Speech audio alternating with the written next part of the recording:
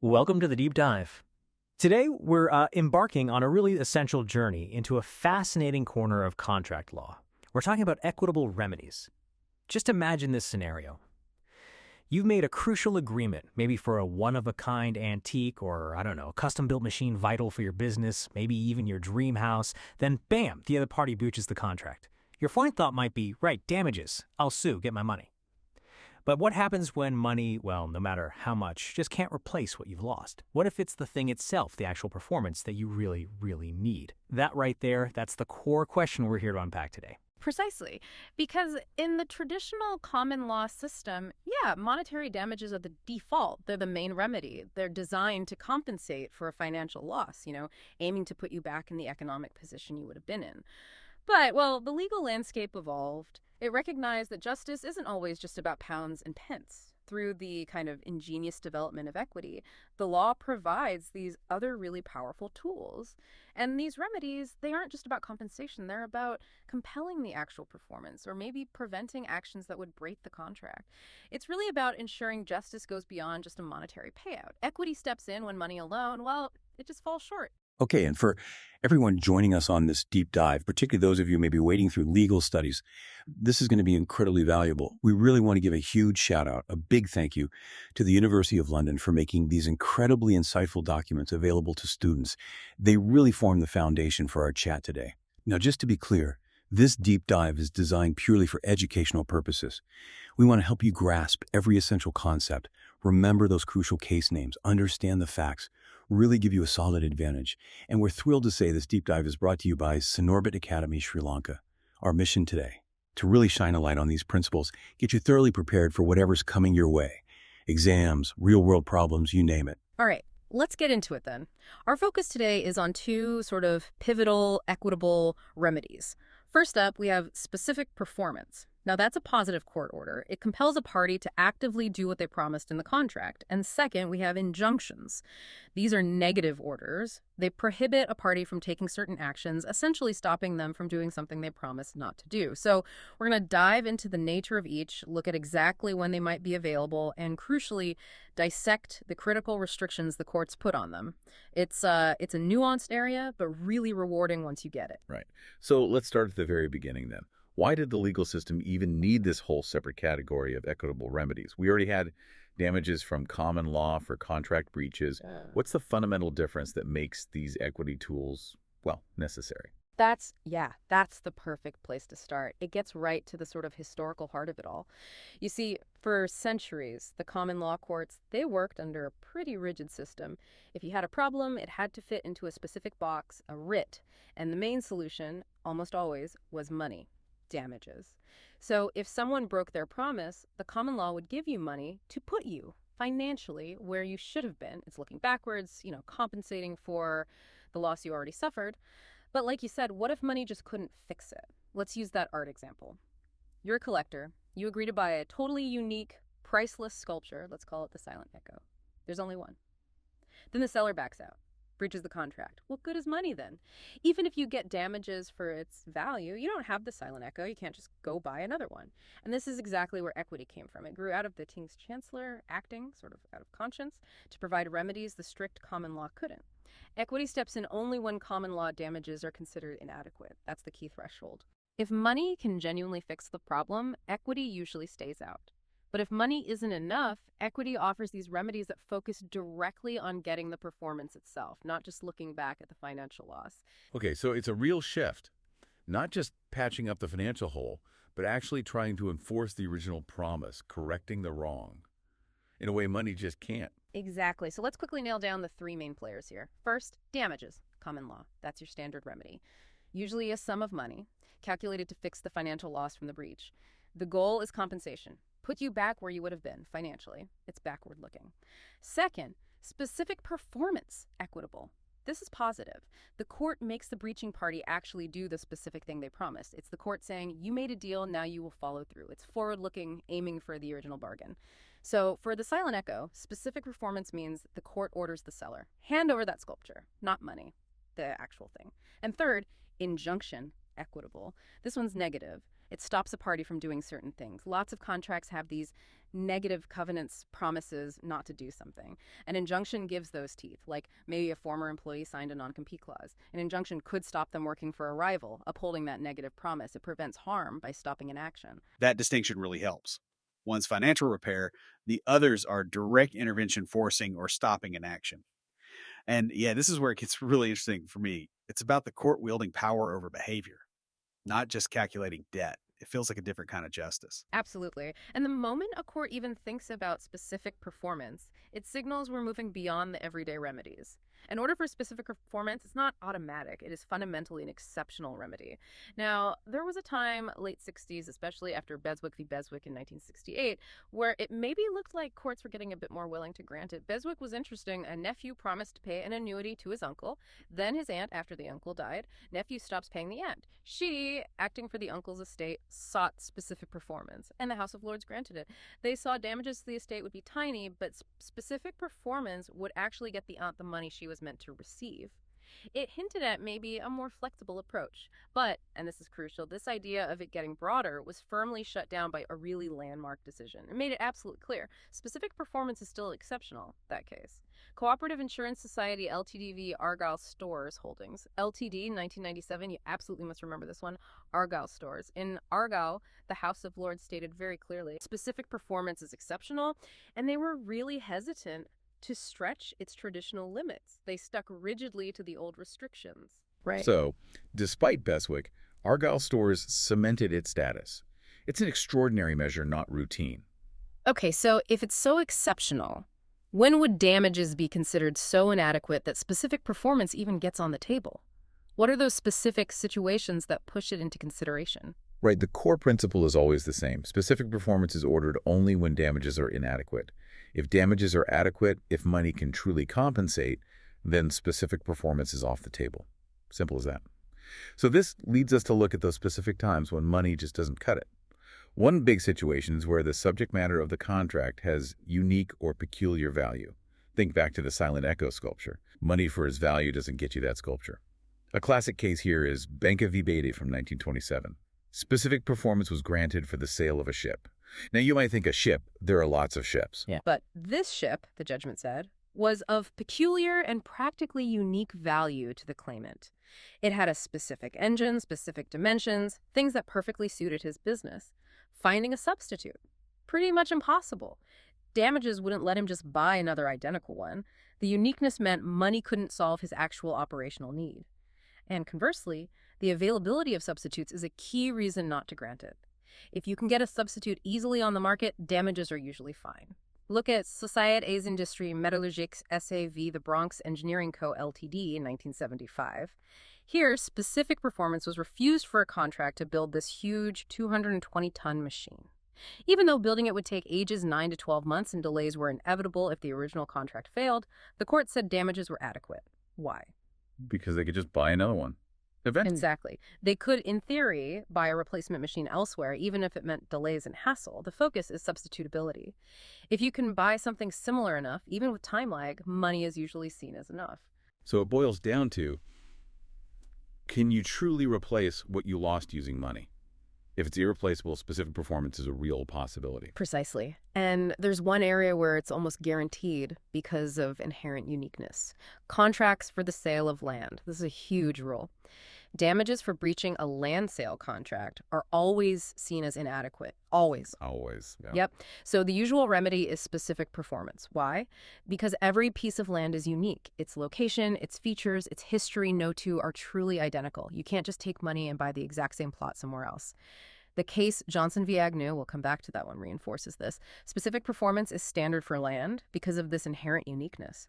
We also see specific performance pop up in situations with serious market turmoil or where there's a real risk of the claimant going insolvent. In Sky Petroleum v. VIP Petroleum, 1974, specific performance was effectively granted to force fuel supplies. The key: the fuel market was in absolute chaos, a real crisis. The claimant had zero realistic chance of getting fuel elsewhere if the order wasn't made. So money was useless if there was nothing to buy. Exactly. Their business would literally starve.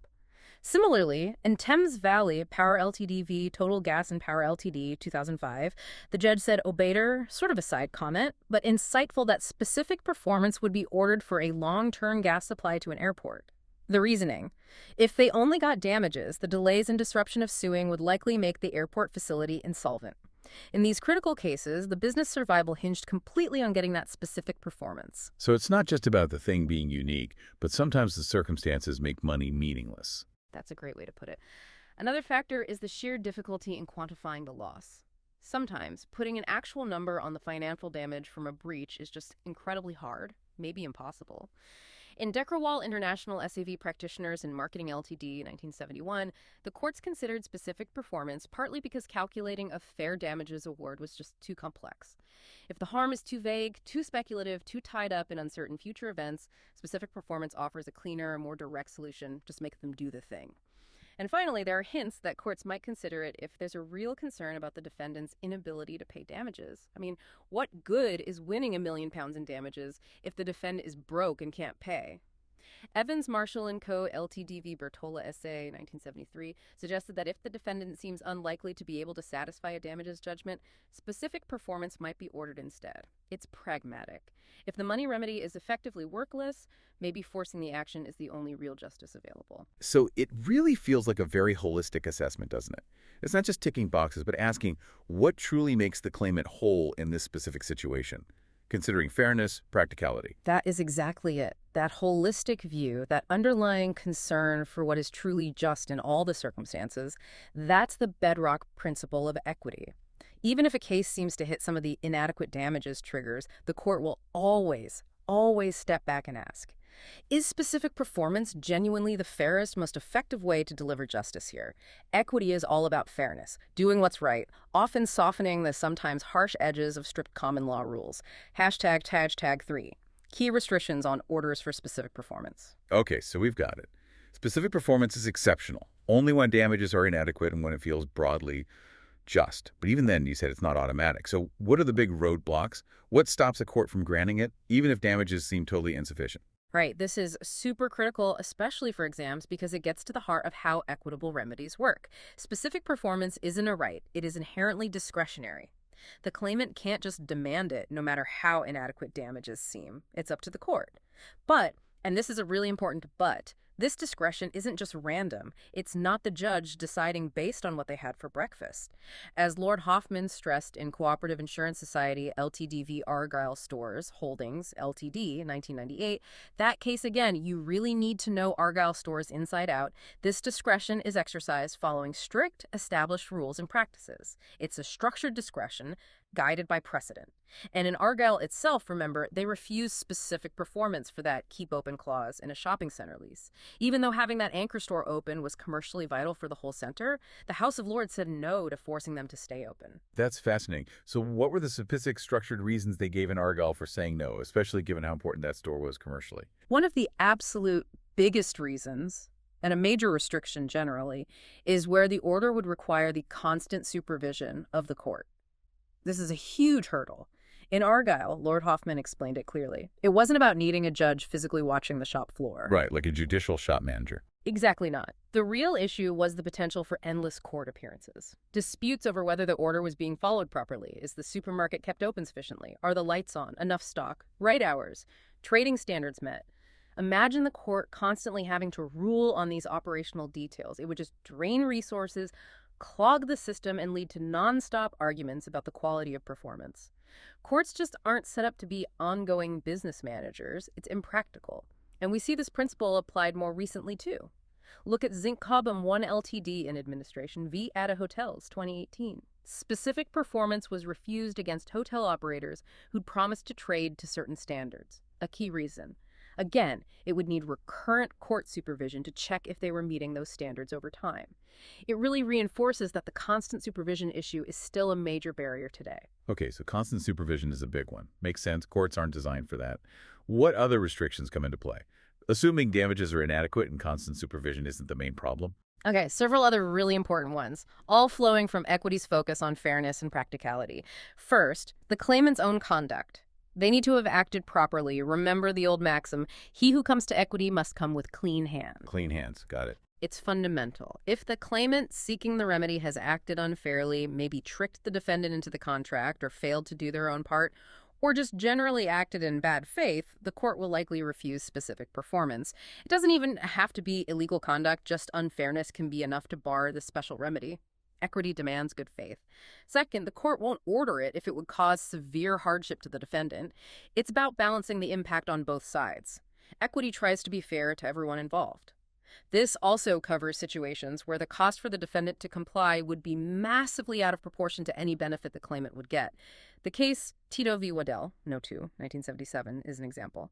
The court refused to order replanting of trees, partly because the cost and hardship involved for the defendants were just enormous, especially compared to the limited benefit the plaintiffs would actually get in that specific context. Equity avoids being oppressive. Third, fairly obviously, impossibility of compliance. If it's genuinely impossible for the defendant to do what the order requires, the court won't make the order. It would be pointless. Like selling land they don't own. Exactly. Or if the unique item, like our sculpture, was accidentally destroyed in a fire. Ordering its delivery would be absurd. Fourth, and this is a really important concept, mutuality of remedy. Generally, a court won't grant specific performance to Party A against Party B if the court couldn't also grant specific performance to Party B against Party A should the rules be reversed. So it needs to be potentially enforceable both ways. Broadly speaking, yes. It ensures a kind of balance. If the contract couldn't be specifically enforced against you, you generally can't specifically enforce it against the other side. The classic case for mutuality is Page 1 Records v. Britain, 1968, involving the Trogs, the band. That's them. Their manager wanted an injunction to stop them hiring anyone else, which really would have forced them to keep him. The court said no. Why? Because it was a personal services contract. The band couldn't get specific performance against the manager. They couldn't force him to keep managing them. So because of this lack of mutuality, the manager couldn't get an order that effectively forced the band to keep him. That lack of a mutuality of the right of enforcement was key. So remember Page 1 Records v. Britain for mutuality. It shows how these principles link up. And lastly, leading on from that, courts are generally very reluctant to order specific performance for contracts for personal services. Things like employment contracts, management contracts, performance contracts, where one person agrees to serve another. Why such strong reluctance there? It seems like a big category to exclude. Is it about freedom? You've nailed it. It really comes down to individual liberty and the sheer practical difficulty of ensuring genuine performance. As Megri J. put it so well in Giles v. Morris, 1972, the reasons are more complex and more firmly bottomed on human nature. Who could say whether the imperfections of performance were natural or self-induced? How can a court possibly supervise the quality of personal service? How can it ensure someone is performing willingly, genuinely, when forced? Forcing someone to work against their will feels wrong, like involuntary servitude. Courts can't compel enthusiasm or creativity, but there's a nuance also from Giles v. Morris. While courts usually won't order the performance of personal services, they might order parties to enter into a contract that includes personal services, especially if that part is just one element of a bigger deal. So ordering them to sign the contract, but not necessarily forcing them to do the job perfectly. Kind of. It's a subtle distinction.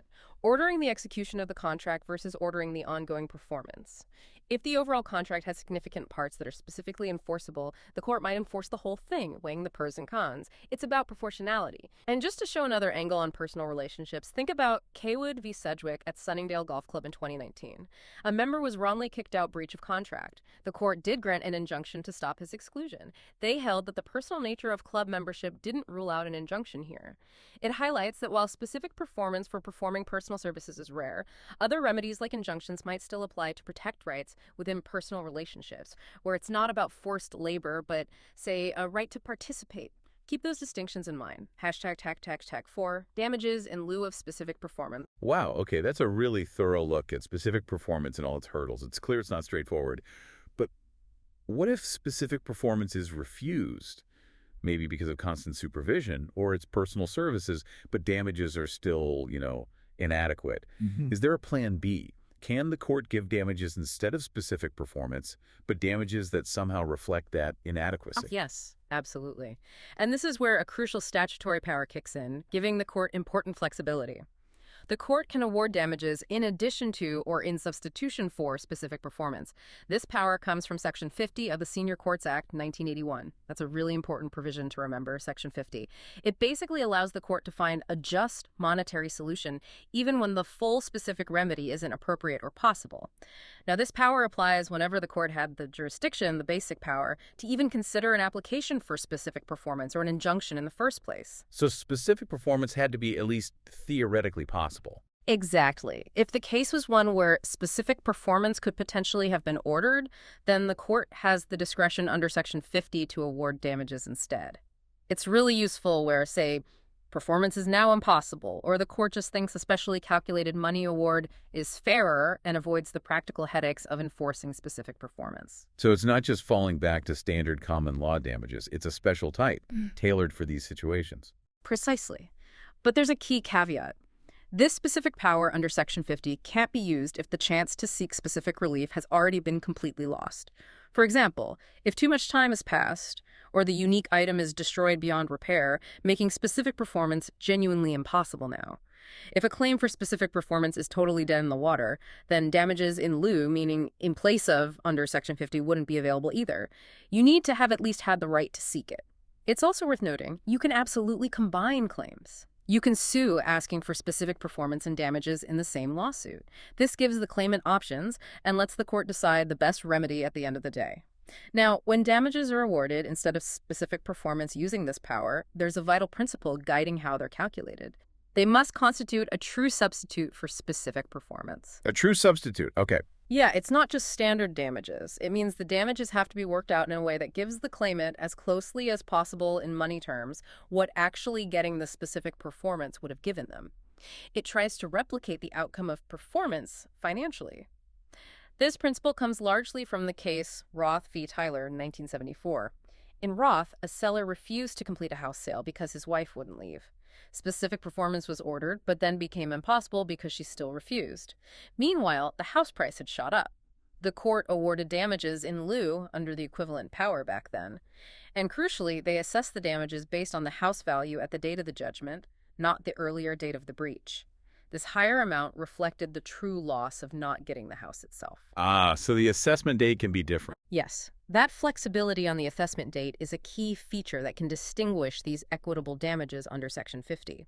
It allows the court to properly substitute for the benefit of performance, which might only crystallize later. And, tying back to Johnson v. Agnew, 1980, that key land contract case, the House of Lords confirmed that generally the principles for assessing damages should be the same whether claimed at common law or in equity under this power. This ensures consistency. So, while the power to award damages instead is equitable and discretionary, the calculation itself usually follows common law principles, but often with that added flexibility on timing, like we saw in Roth v. Tyler. It's a smart mix of common law and equity. Okay, we've really dug deep into specific performance, that equitable tool for forcing action. Now let's flip the coin and look at the other major player injunctions. These are about stopping someone from doing something, right? What's their main job in contract law, and how do they stack up against specific performance? That's right. Injunctions are the direct counterpart. While specific performance handles positive obligations, promises to do something, injunctions tackle negative obligations. That's where a party promised not to do something or to refrain from certain actions. An injunction is simply a court order prohibiting specific conduct.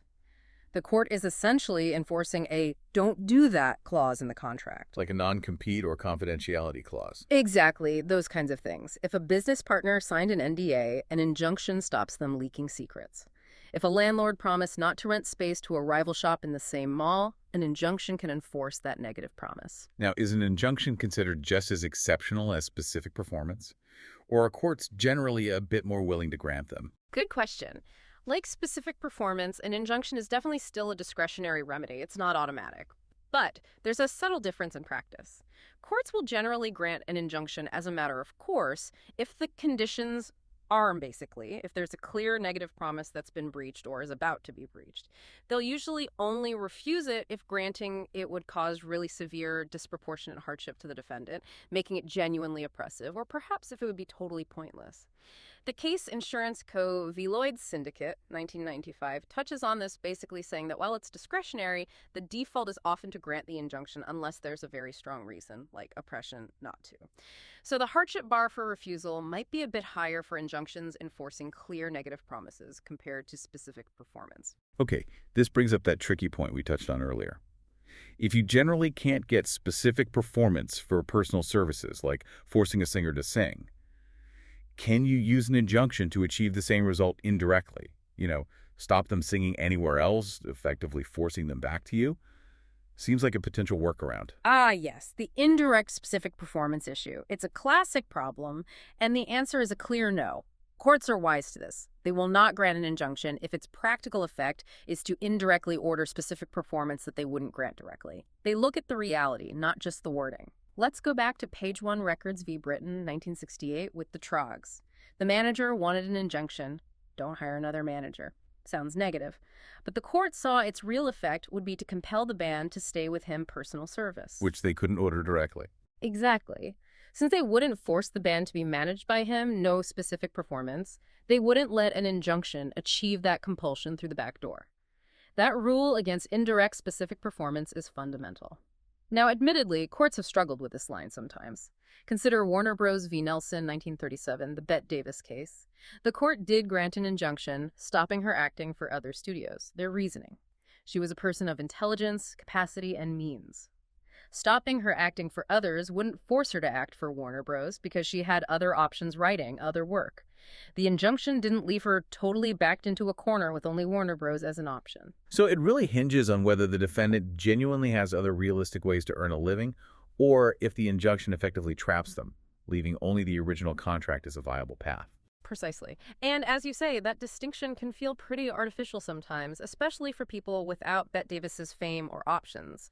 Later cases, including Page 1 Records itself and Warren v. Mendy, 1989, involving a boxing manager, recognized this potential artificiality. In Warren v. Mendy, the court refused an injunction against the manager managing other boxers because it would effectively force him back to the claimant boxer. They explicitly said, if the injunction effectively compels performance of personal services, refuse it. Court always has to ask, what's the practical effect here?